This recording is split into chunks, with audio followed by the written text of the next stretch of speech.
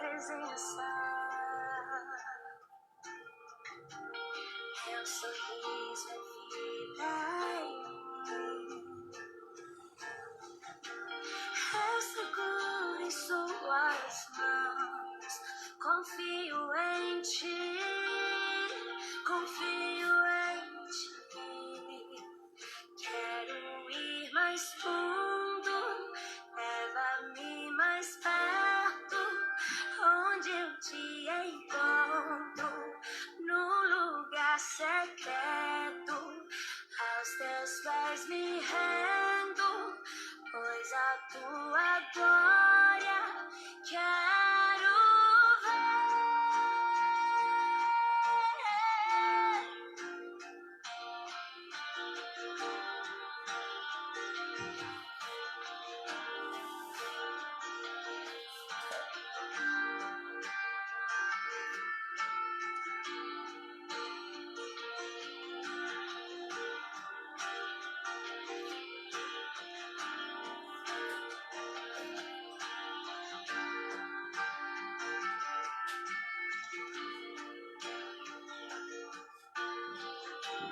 Pai, eu amo tua presença,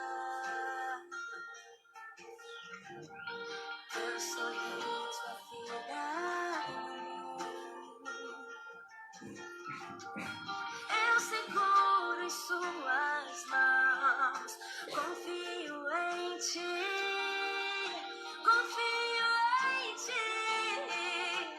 Quero ir mais fundo, leva-me mais perto, onde eu te encontro, no lugar secreto, aos teus pés me rendo, pois a tua glória quero ver. Quero ir mais fundo, leva-me mais perto, onde eu te encontro, no lugar secreto, aos teus pés me rendo, pois a tua glória quero ver. Olá, então com este hino que estamos ouvindo aí, né? Pequeno momento, nós então podemos perceber que nós precisamos, queremos, desejamos com certeza conhecer a glória de Deus, né? E todos desejam isto, todos desejam.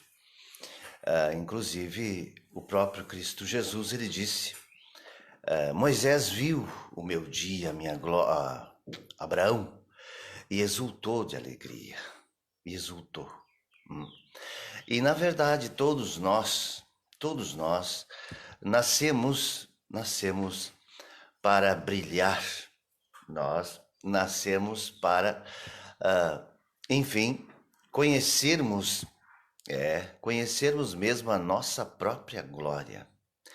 O ser humano, ele traz em si, digamos assim, por conta da própria filiação divina, que é, por excelência, o Senhor da glória, todas as suas criaturas também têm e desejam e buscam o seu momento de glória, ou uma vida de glória gloriosa, com toda certeza.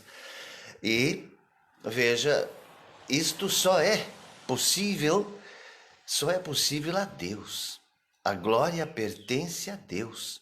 Por isso se diz toda a honra e toda a glória, seja o Pai, seja o Filho, seja o Espírito Santo. Mas o ser humano, então, enquanto criação de Deus, também anseia, almeja, deseja pela glória, e busca isso com toda certeza. Busca isso e sabendo que esta glória só é possível a Deus, o que o homem faz? O homem faz da seguinte forma: ele não dá glória a Deus. Ele busca então se transformar num Deus. Ele busca ser o próprio Deus, se assemelhar a Deus. E com isso, sem dúvida, ele termina não criando o paraíso, porque veja, todo Deus tem um paraíso e quer um paraíso. E um lugar evidente para reinar absoluto. E com isto, veja, quando o homem ele se separa de Deus e não dá a glória devida a Deus e rouba esta glória para si mesmo e quer transformar esse paraíso, neste mundo como um paraíso, ele termina se tornando um demônio, um diabo, e sendo diabo para ele mesmo e diabo também para os outros, e faz desse mundo então um inferno. Com toda certeza, alguém já falou isso em outras palavras. Mas infelizmente é isso que nós temos visto e é o que mais de comum acontece. O que mais comum acontece. Porque o ensinamento de Cristo Jesus, todo ele foi para que nós nos reconhecêssemos em nossos devidos lugares, nos colocássemos nos seus devidos lugares, como diziam os antigos, né? Cada macaco no seu galho. Mas o homem não consegue, a sua natureza, esse ímpeto de se tornar Deus, de se tornar grande, poderoso, ele se transforma então nesse monstro e se transforma um monstro para os outros e os outros viram um monstro para ele. Então aí é o resultado do mundo que nós estamos. O mundo que nós vivemos é um mundo então de disputa, de duelos, de conflito e que gera, sem dúvida nenhuma, a morte. A morte, a destruição, e todos perdem com isso. Todos perdem, com toda certeza. Então veja que quando Cristo veio inaugurar o reino dos céus, e o reino dos céus que ele ensinou é o reino dos servos. Reino dos servos, só um é Senhor, só um é Deus. E veio para desbancar esses deuses, colocar no seu devido lugar, mas eles não aceitaram. Com certeza reagiram violentamente, com toda a violência. Eles não aceitaram isso. E veja que, infelizmente, ontem nós fizemos uma viagem, então, turística, apesar da pandemia, fizemos uma viagem para um lugar, então, digamos assim, incomum nesse Brasil, de certa forma, especialmente aqui no Rio Grande do Sul, a tal de cidade de Gramado, que desde que me conheço por gente, ouço falar nesse lugar. Então, o que a gente observa? Sem dúvida, é um paraíso que os homens construíram, os deuses desse mundo fizeram, e hoje, com certeza, é muito admirado e procurado. O fluxo de pessoas para lá é muito grande. Nós estávamos voltando e a quantia de carro era muito grande, se deslocando para aquela região. Então ali o que a gente vê? A gente vê o top, o máximo, humanamente falando. As construções, o luxo, em termos de gastronomia, de vestuário. Isso é o pouco que eu vi, né? Então ali tem para os 5 sentidos, para a audição, para o olfato, para o tato e para o paladar, se faltou algum. Veja, tem ali e até para mais um pouco, né? Para o imaginário também. E a gente observa ali naquele lugar, encravado bem no meio daquelas duas cidades, então, Gramado e Canela, uma estrutura religiosa. Ali, bem no centro, ocupando um lugar nobre, desde o início daquela formação, né, daquele povoado, está lá encravado aquelas então igrejas de pedra e toda cheia, digamos assim, de beleza para os olhos humanos e outras tantas pelo mundo afora. Então eu refletindo e imaginando que, veja, no tempo de Cristo Jesus havia o templo de Salomão e antes dele, claro, mas havia também o palácio do faraó, havia também muitos outros palácios lindos, maravilhosos. Havia a própria Babilônia, tinha uma cidade de Babilônia lá, era uma cidade maravilhosa, tinha até os jardins suspensos lá de Nabucodonosor. Então havia muitas maravilhas. Mas observem que a ira de Deus se voltou contra quem? Contra os palácios dos homens? Não.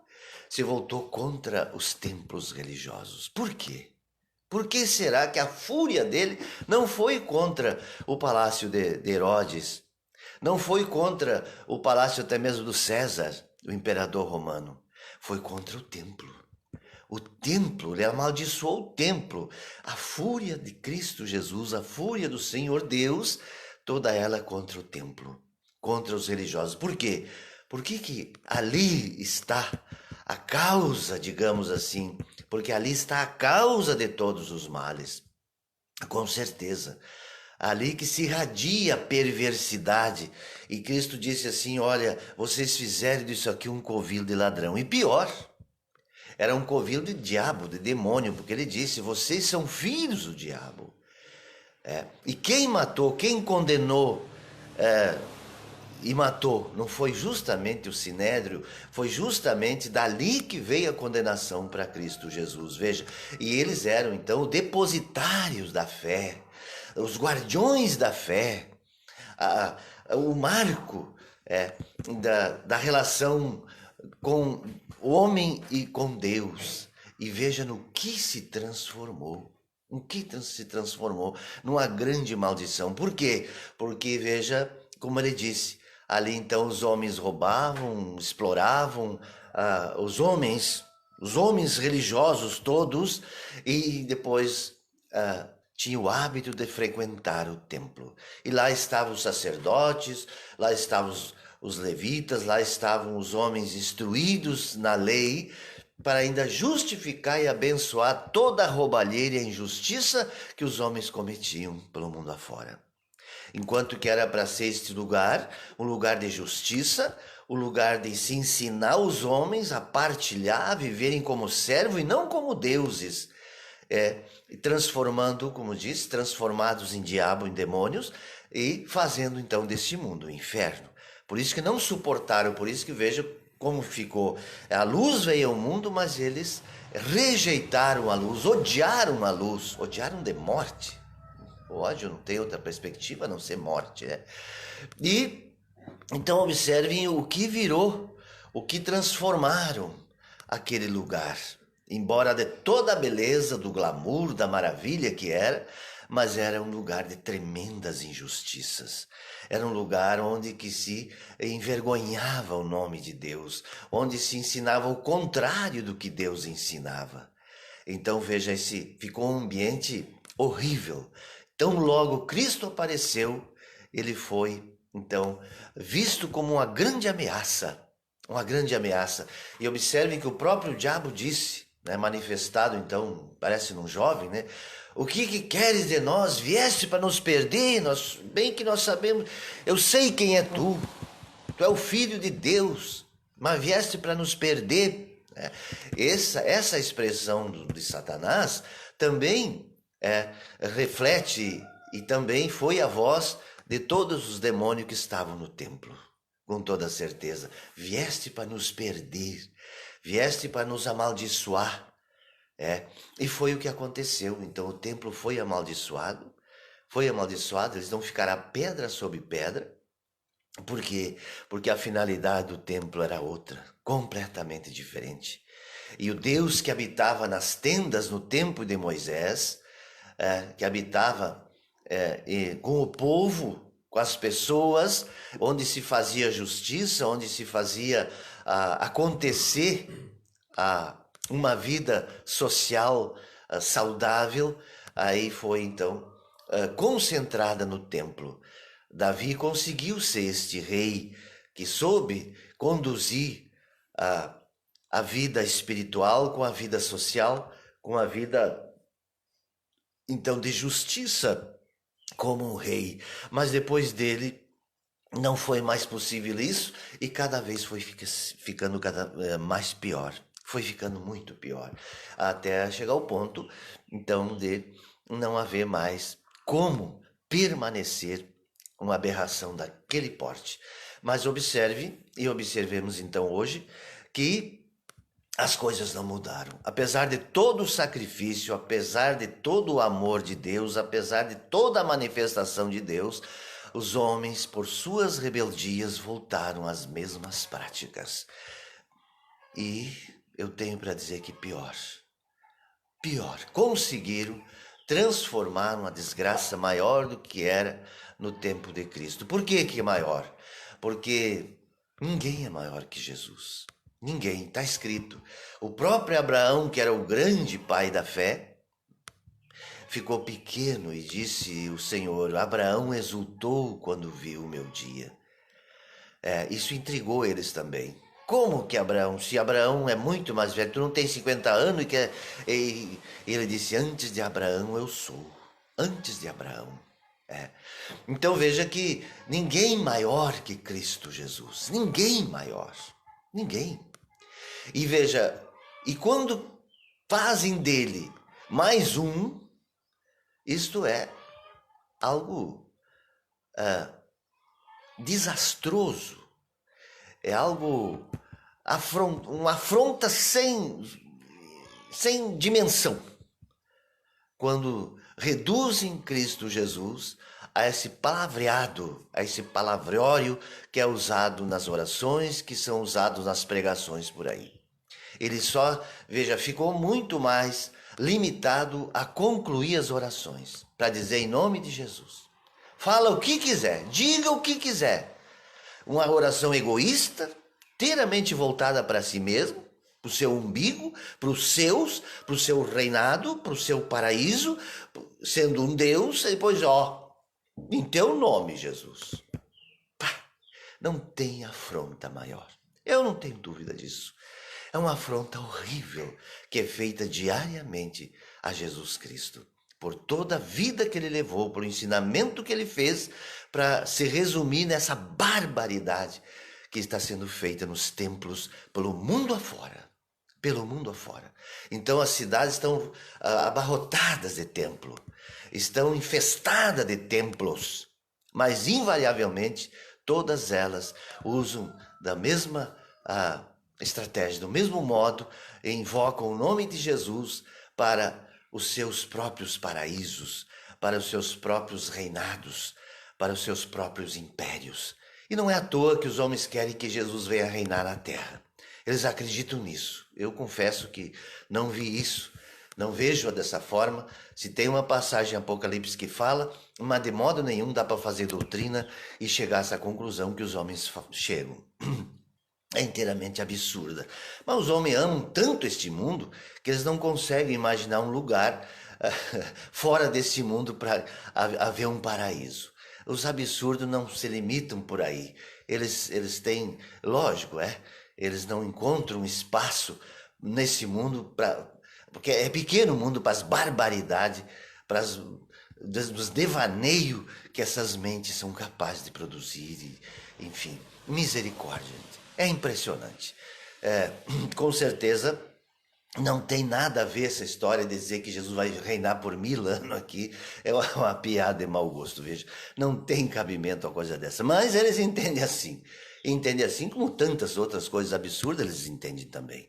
Isso não existe. Vamos parar com isso. Mas, enfim, isso é poluição espiritual, que eu já disse, é uma das piores que existe, a poluição espiritual. Humanamente falando e no mundo material, a poluição, essa poluição, então, radioativa, esta é terrível, né? Mas essa espiritual é muito pior, com certeza, porque essa radioativa vai matar as pessoas. Mata ser humano, mata a carne. Enquanto que a espiritual mata espiritualmente, é a segunda morte. Segunda morte. Então o homem não consegue ver além, repito, do seu reino, do seu reinado e da sua vontade de se transformar num Deus. E eu já disse no meu testemunho de vida, um breve relato sobre a autobiografia que eu fiz, que de fato eu procurava, então, enquanto jovem, uma deusa para me casar. Uma deusa. Eu queria uma pessoa extremamente perfeita, né? E eu buscava, sem dúvida, também essa perfeição. É evidente que eu buscava. E eu queria encontrar essa deusa. Depois, refletindo melhor, não é só eu, todos querem uma deusa para si. E todas as mulheres também querem um Deus para si, que venha fazer tudo as suas vontades. E o homem também, que é uma mulher que seja uma deusa, que faça todas as suas vontades. Ora, veja, isso só é atribuído a Deus. Veja o que a oração que ele seja o Cristo ensinando a orar, né? Seja feita a sua vontade, assim na terra como no céu. Por quê? Porque na verdade todos nós queremos que a nossa vontade impere, seja feita ela plenamente. E o homem só se dá por satisfeito e feliz quando existe, então, essa possibilidade de todos fazerem a sua vontade. Por isso que o poder ele exerce um fascínio num homem extraordinário. Porque o poder é o mandar e os outros obedecer. É fazer como eu quero, como eu gosto, como que tem que ser. Eu é que sei, eu é que sei. E os outros é que tem que fazer como eu quero. Então, invariavelmente, como foi dito já vem de berço. Todos querem isso. E a criança já nasce assim também, com essa divindade dentro de si. E, com certeza, como disse antes, por conta de nós sermos filhos de Deus, e tem um ditado que diz, né? Criaturas, então, vão salvaguardar as distâncias. Mas observem que, enquanto criaturas de Deus, o homem quer usurpar este lugar e quer ser filho. E todos se entendem como filhos de Deus, o que é outra aberração. Outra aberração, sem precedente. Veja, todos se acham e se dizem, se inauguram como sendo filhos de Deus. Eu também sou filho de Deus. Coisa nenhuma. Coisa nenhuma. Para se tornar filho de Deus tem condições, tem pré-requisitos, tem, como ele disse, uma fresta para passar, que é uma porta apertada, é uma frestinha para se tornar filho. Não, são criaturas, mas enquanto criaturas, como abusadas que são, se intitulam filhas de Deus, mas não se colocam no lugar de criatura. Então, como se entende como filhos, então se entende também como Deus, porque tem um ditado que diz, e é verdadeiro, filho de peixe, peixinho é. Filho de tigre, sai pintado, diziam os antigos. Então, com certeza, se eu nasci de Deus, se eu sou criatura, eu sou filho. E como dizem por aí, né? Eu não sou dono do mundo, mas sou filho do dono. Que tal isso? Então, essas pessoas se enchem de direitos, se enchem de autoridade e saem vendendo essas ideias por aí e se vejas, buscando estas garantias para se tornar então um rei, se tornar um todo-poderoso, com toda certeza. Então observem que esses templos, voltando aos templos, veja onde é que foi construído o Vaticano. Se tivesse um túmulo de Cristo Jesus, ele iria erguer o Vaticano no túmulo de Cristo, como ergueram os muçulmanos lá em Maomé, no túmulo de Maomé. Mas como Cristo não teve túmulo aí o Pedro, então, botaram lá no túmulo de Pedro. Então, nessa igreja de Gramado tem lá 300 e alguma coisa de papas. Então, tem lá, até fiz a conta, mas não lembro qual é o número agora. E eles colocam Pedro como sendo o primeiro papa. Ora, veja a agressividade desses religiosos, gente. Não tem limite mesmo. Destruíram o templo de Salomão, mas eles construíram um semelhante lá. Só não deram o nome de Salomão, deram o nome de Basílica de Pedro. Lá. Então, o Vaticano. Então, construíram onde? Supostamente, onde Pedro foi sepultado, pelo ano, acredito, 67, 68, de 65 a 68, por ali, ele foi, então, crucificado de cabeça para baixo, segundo a tradição, e sepultado naquele lugar lá. E ali então edificaram o grande templo que vendia indulgência. E o que era venda de indulgência? Eram as pessoas que tinham posse, que tinham dinheiro, que tinham condições, então faziam doações em ouro, em bens, em que fosse lá, porque aquela construção exigiu muito, muito, muito, muito dinheiro, muito esforço de muita gente e por muito tempo. Então, tanto que no ano de 1500, 1400 e alguma coisa, o Lutero, esse padre então alemão, se indignou por conta do que ele viu, né? essa chamada, entre outras coisas, a venda de indulgência. Quer dizer, a pessoa dava uma oferta grande e ele tinha os pecados perdoados para sempre. Conforme a oferta, era o perdão dos pecados que ia receber. Então, foram construindo dessa forma. Dessa forma foram construindo, então, aquele templo lá, que, de certa forma, para substituir o templo de Salomão, né? E veja, do ano de 67, vamos dizer, números redondos, do ano 70 depois da morte de Cristo, até o ano 300 e alguma coisa, que eu não olhei a data, foi um lapso no momento de eu não ter observado, de qual foi então chamado o primeiro Papa do Império Constantino, do criador dessa igreja, né? Eu não sei qual foi agora, vai ficar essa lacuna aí, infelizmente. Mas veja que aproximadamente lá 200 e alguma coisa, 200 e poucos anos. Para dizer que está na sequência, isso é uma violência, é um abuso, uma coisa dessas. Quer dizer, colocar então ele como o primeiro Papa da Igreja Católica. Isso é roubar, é usurpar, é se apoderar da fé. Quando que ele disse, se eu não tiver 2 ou mais reunidos em meu nome, eu estou ali. Agora não, se não estiver na igreja, porque a salvação é pela igreja. Se tu não estiver na mãe igreja, tu não está salvo. Tu vai ser lançado fora. Tu está excluído, quer dizer, eles excluem o ensinamento, ele vem lá com citação bíblica. Pega a citação bíblica, onde tiver 2 ou mais reunidos em meu nome, eu estou ali, no meio deles. Acabou? Ou ele está mentindo? Ou precisa os homens dizer outra coisa? Os templos são a desgraça dos seres humanos, com certeza. Porque o que Cristo disse? Eles não entram. Os donos do templo, eles não entram. E impede os outros que querem entrar de entrar. Veja, quando coloca essa limitação, não, só tem um jeito de ser salvo, é para a igreja. E os evangélicos não fogem à regra. Não fogem. Tanto quanto. Misericórdia. Por isso, veja, foram fazer uma reforma, não sei se não saiu pior. Pelo que temos vendo, como diz, julguem pelos resultados. Julguemos pelos resultados. Mas, infelizmente, num povo analfabeto espiritualmente, então nós vemos isso. Aí cresce e fertilmente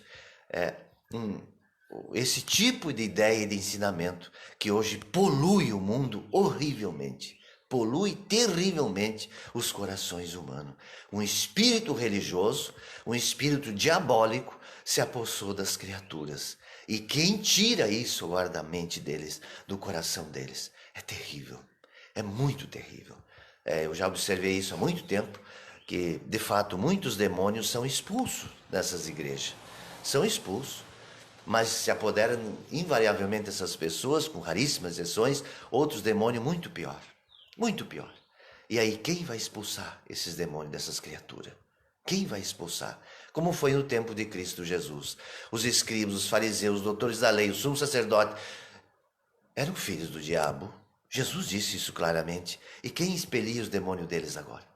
Ele disse, se vocês reconhecerem que são escravos, que estão sendo o templo de Satanás, individualmente cada um, se vocês reconhecessem, vocês teriam possibilidade então de serem livres, porque eu libertaria vocês.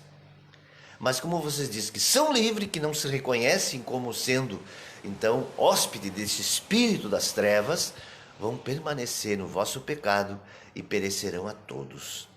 Perecerão a todos. Se tivesse a humildade e a capacidade de perceber o quanto escravos são, o quanto estão mergulhados no engano, teriam possibilidade de serem salvos, mas não têm, não poderão. O Deus desse século cegou-os de forma terrível, com orgulho, com o poder desse mundo, com o poder das trevas, e agora se tornam completamente dependentes dessa crença maligna, dessa crença maldita, e como ele disse, perecerão a todos, morrerão no vosso pecado. Morrerão.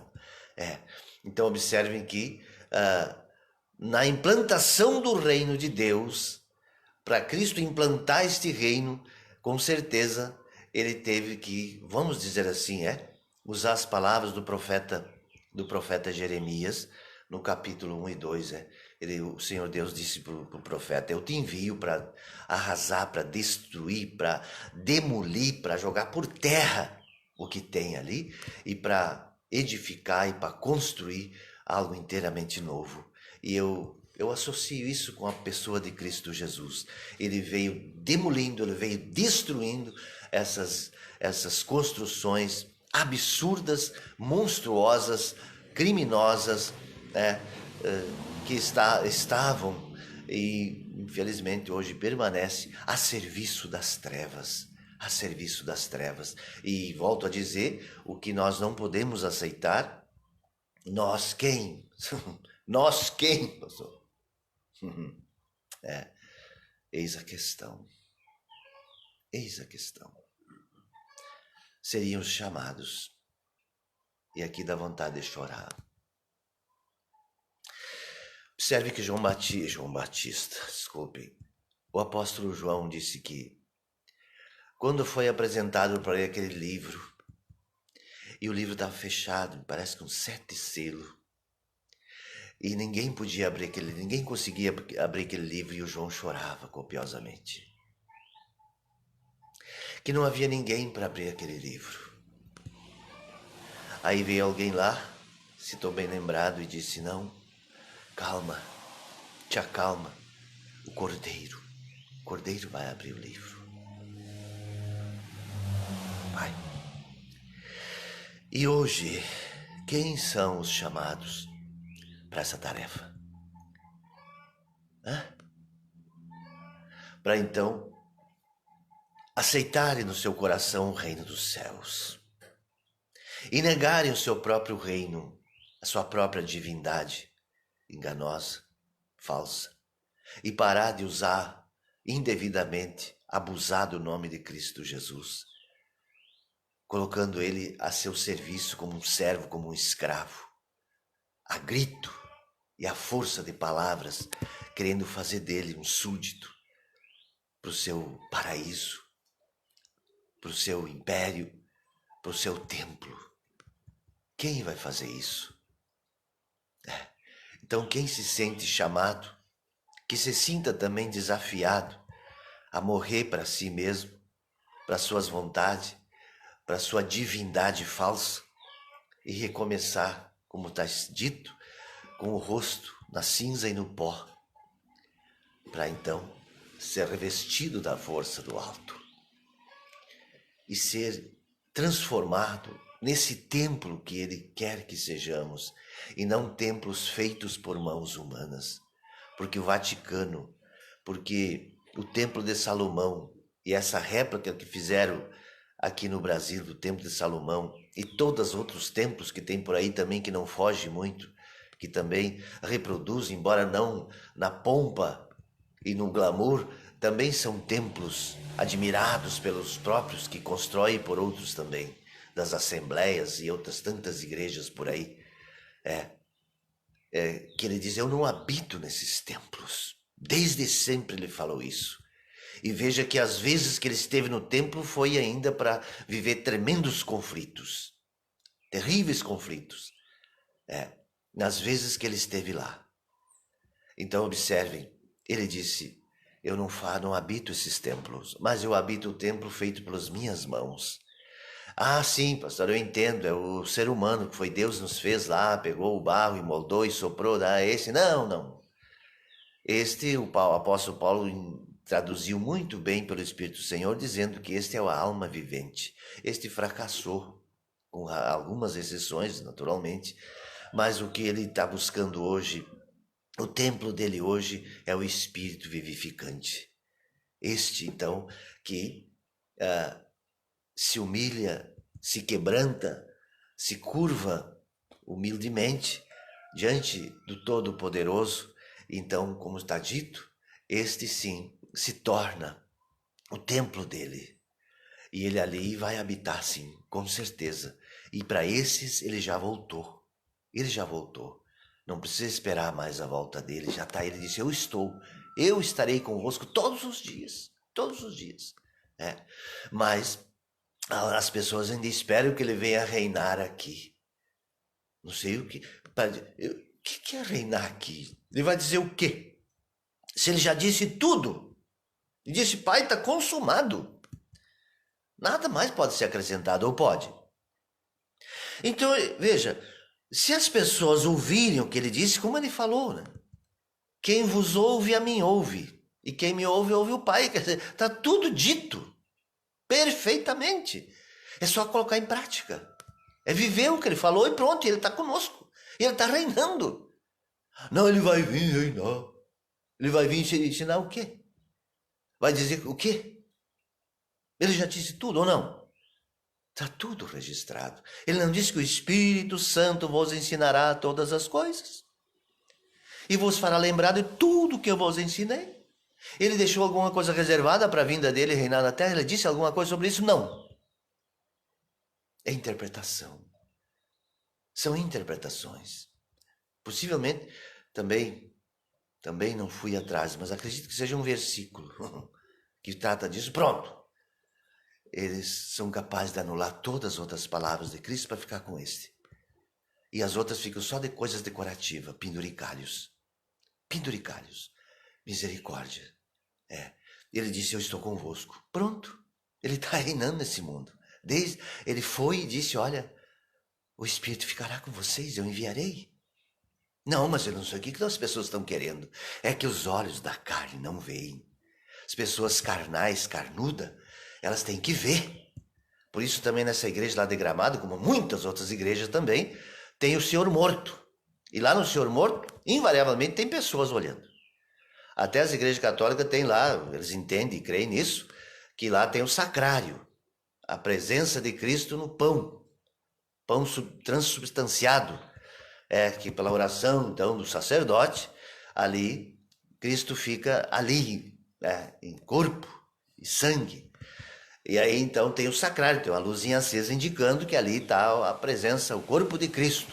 E por isso também se desfila pelas ruas no dia, na quinta-feira, aquela do Corpus Christi, se desfila pela rua com ostensório ali, com aquela partícula grande simbolizando que ali é o corpo de Cristo. Isso foi feito contrariando e como uma apologética contra os luteranos, que não acreditavam nisso, e eles, não, está aqui. E aí então fizeram assim, digamos até mesmo por birra. Vão caminhar pela rua, dizendo e adorando Jesus na hóstia.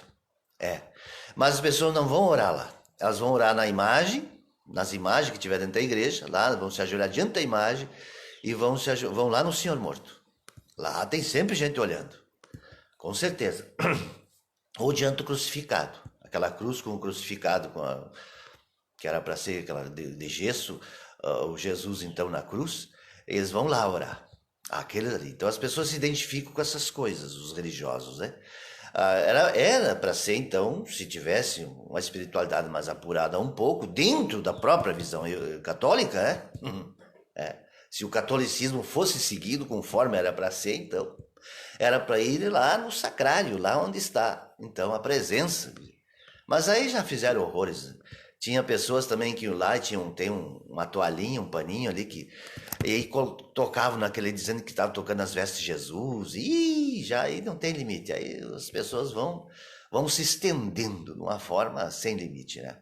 Misericórdia. Mas é todo o espírito religioso que as pessoas trazem em si e que é muito difícil de morrer e de renunciar e negar ele. Ele está impregnado. Como está impregnado a sede de poder, de ter, e sem dúvida, o Deus desse século é o dinheiro, né? E ele, tendo dinheiro, tu vai em todos esses lugares, e tu vai, as portas todas se abrem, e tu te sente um Deus, com certeza. Aí tu te sente um Deus. Bom, foram muitas palavras, nem todas bem conectadas, nem todas bem ajustadas. Não foi assim uma fala, repito, bem ajustada, mas foram muitas ideias que com certeza foram lançadas. E creio que agora cabe a cada um ir meditando, refletindo, que parte está lhe faltando na sua vida, o que precisa ser tirado, o que precisa ser acrescentado.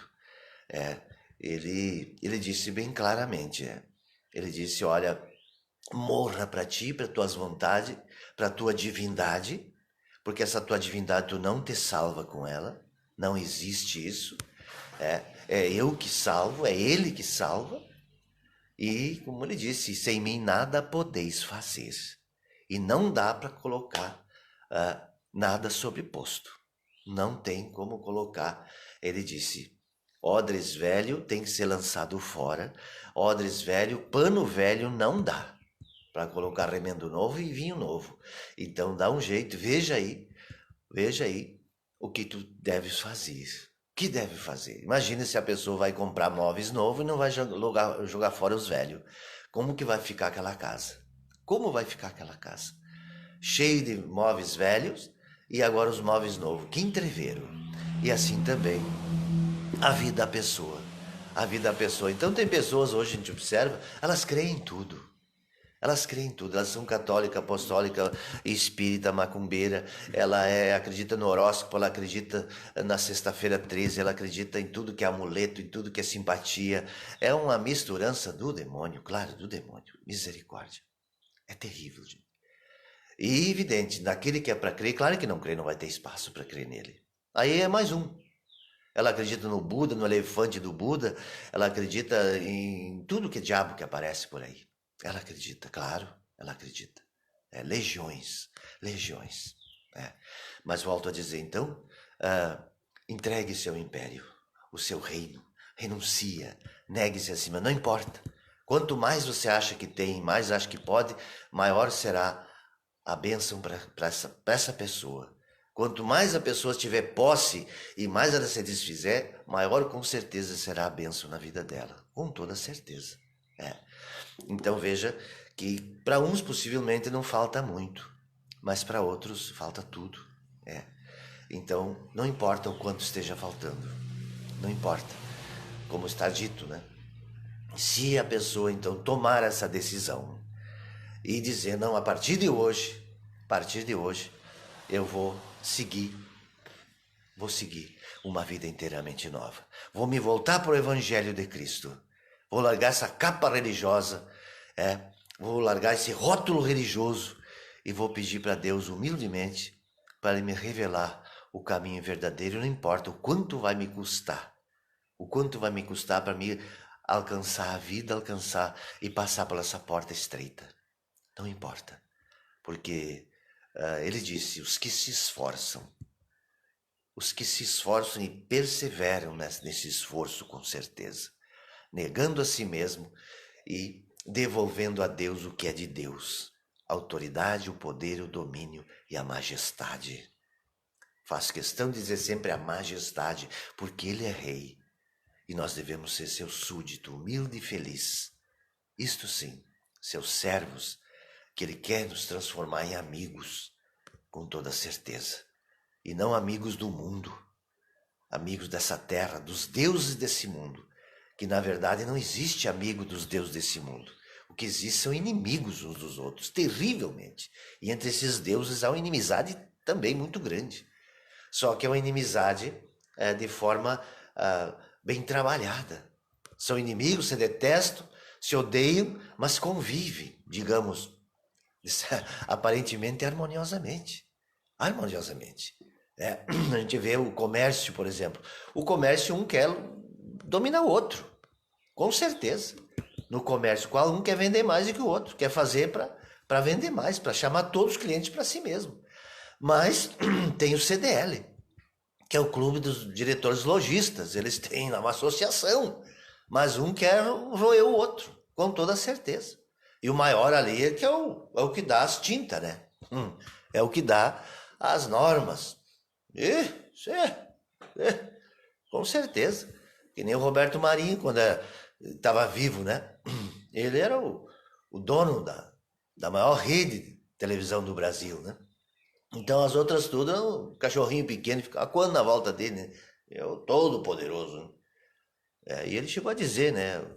O nosso poder não está tanto no que nós dizemos, ou dissemos. O nosso poder está naquilo que a gente não diz, que a gente esconde, que não fala. Se a gente não fala, é tido como se não é bobagem, isso é boato. É boato. A Globo não falou, é boato. Ah, se a Globo falar, não, então é verdade. Eu era assim. Confesso, já falei aqui, que eu era um desses. Se eu não visse na Globo, para mim não era verdade. É bem sério isso. Eu escutava a Globo, escutava aqui e ali, não, mas isso aí é guapeca quando? Deixa eu ver se a Globo fala isso. Se ela falou, é verdade. E eu tenho certeza que esse é o pensamento da grande maioria. Da grande maioria. Porque é um demônio, é um diabo que age ali. Uma legião de demônio que age nessa rede de emissora de TV, né? Que instrui os seus e que faz a cabeça dos seus. Com toda certeza. Toda certeza. É. E eles ali estão então no centro desse país e o centro da desgraça. Por isso, veja, eles encamparam tudo ali. Tem o religioso que ora, que parece não aceita o evangélico lá. Nunca aceitaram. Só o católico. Só os católicos. Pode ver. Tem missa lá e sempre teve. Mas é da religião oficial. Né? Esse demônio aceita. Essa legião aceita. E claro, as romarias, essas desfiles, essas passeatas, essas caminhadas que são muito grandes assim, eles dão a mostrar, eles mostram, mas já com a visão sempre deles, né?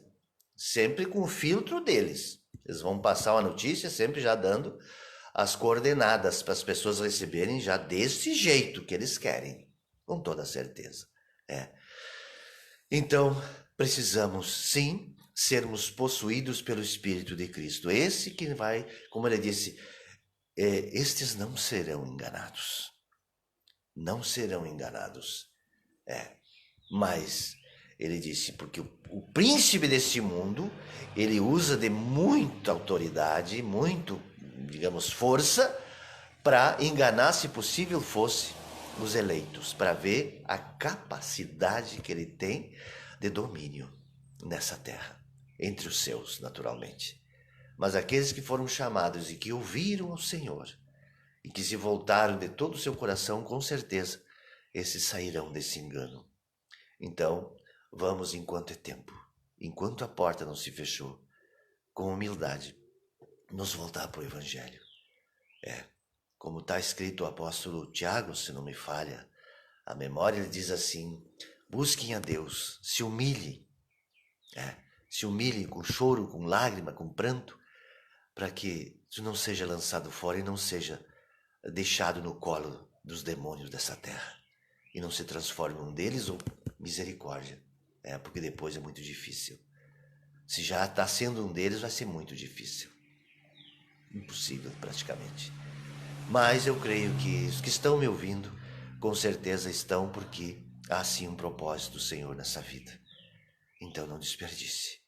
Como está escrito, se hoje ouvires a sua voz, não endureçais os vossos corações, mas sede solícitos, sede submissos, sede humildes para receber esta palavra.